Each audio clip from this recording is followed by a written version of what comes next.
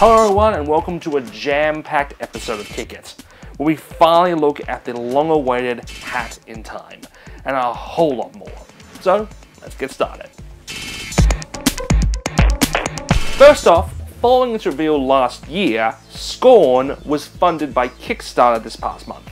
The grotesque H.R. Geiger-inspired first-person shooter raked in over $150,000 for development for the first part of the game, with plans for release sometime in late 2018. We can add another game heading its way to Switch. Darkest Dungeon, which was funded back in 2014 and has since went on to become a very successful RPG, confirmed this past week on Twitter that they are bringing their game to Nintendo's hit console. And speaking of Switch, you are probably wondering about Yooka-Laylee's release on the platform. Playtonic have been scarce with updates, but recently stated that some hurdles have occurred concerning the latest version of Unity and the Switch. Thankfully, these issues are being addressed and the game will be released shortly. However, considering what's coming out in a few weeks, I'd actually suggest waiting. And lastly, you may have heard ramblings of Atari, or what's left of it, coming out with a brand new device called the Atari Box. Well, Atari released some new information. Firstly, they'll be launching the device on Indiegogo this autumn, and it will be apparently running Linux powered by an AMD customized processor using Radeon graphics technology. Okay, so is this a microconsole? Is it something like a Pi? What exactly is this? Atari won't say. But I'll just say this. Fool me once, shame on you. Fool me twice, well... Right now we're not looking at one, but two retro-styled 2D platformers.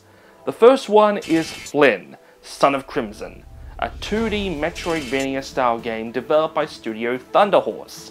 The game stars the young orphan Flynn on his fight against the Scourge, utilizing the power of Crimson.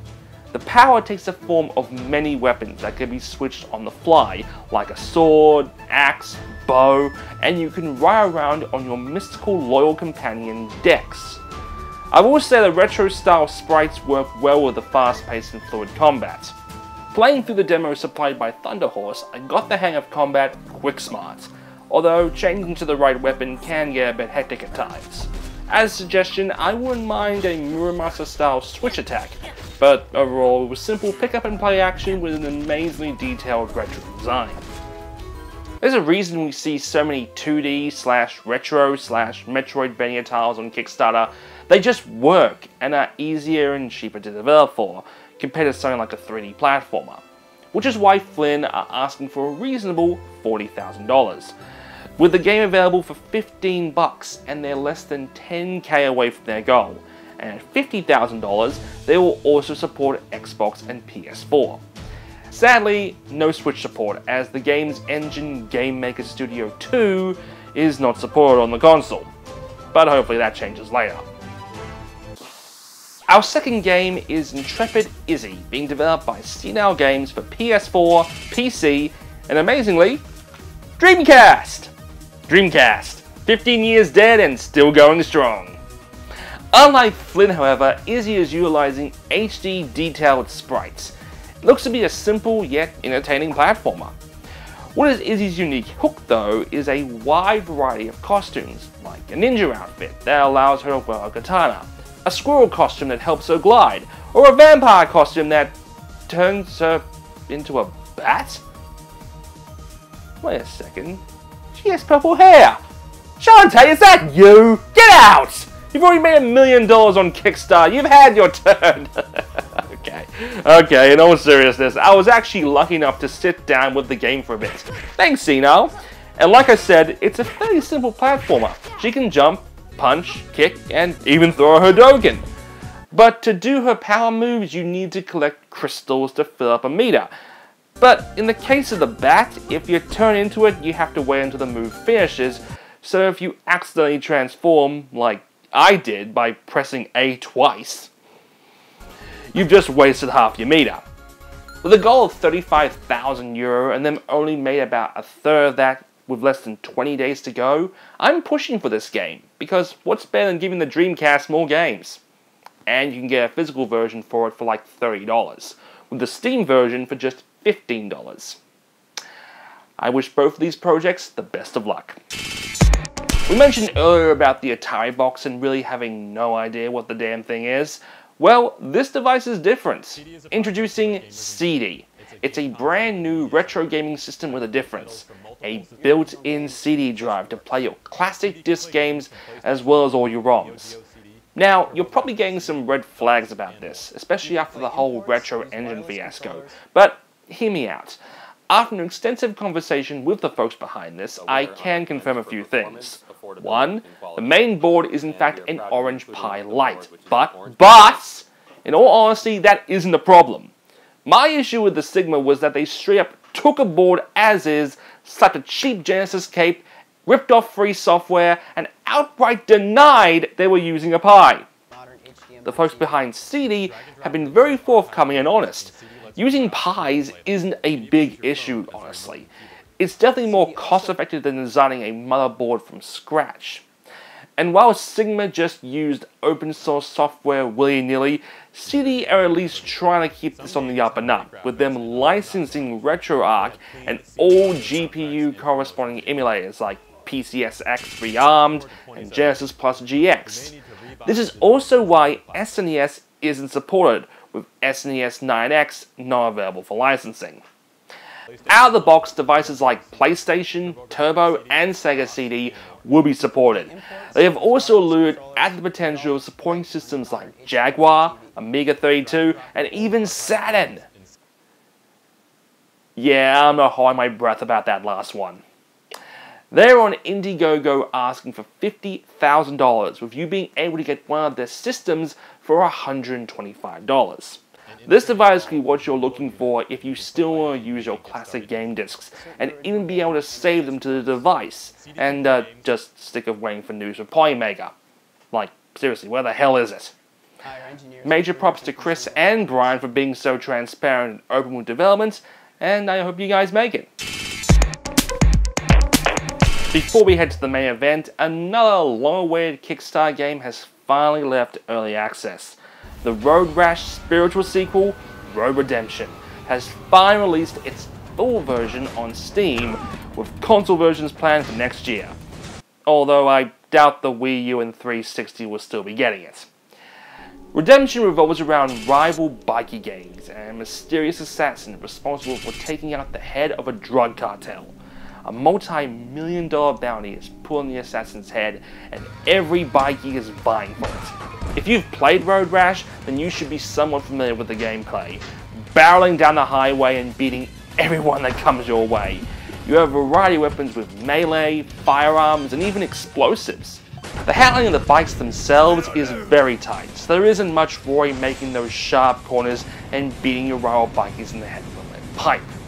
There are several modes including racing, elimination, and time trial, and every time you play the modes and maps are randomized. Redemption plays a lot like an arcade game, with every time you die you have to start all over again, but you do get upgrades, new bikes, and drivers you can unlock. Presentation, however, isn't anything special. The track's design look fairly basic in fact, but you're usually going at such a fever pace it's not exactly noticeable.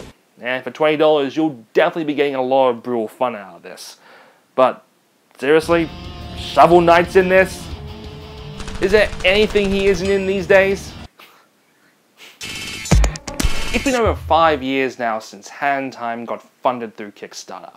It was actually one of the first projects I backed on this site, and the First Impressions episode back in Unboxed Season 4 is actually what inspired this show.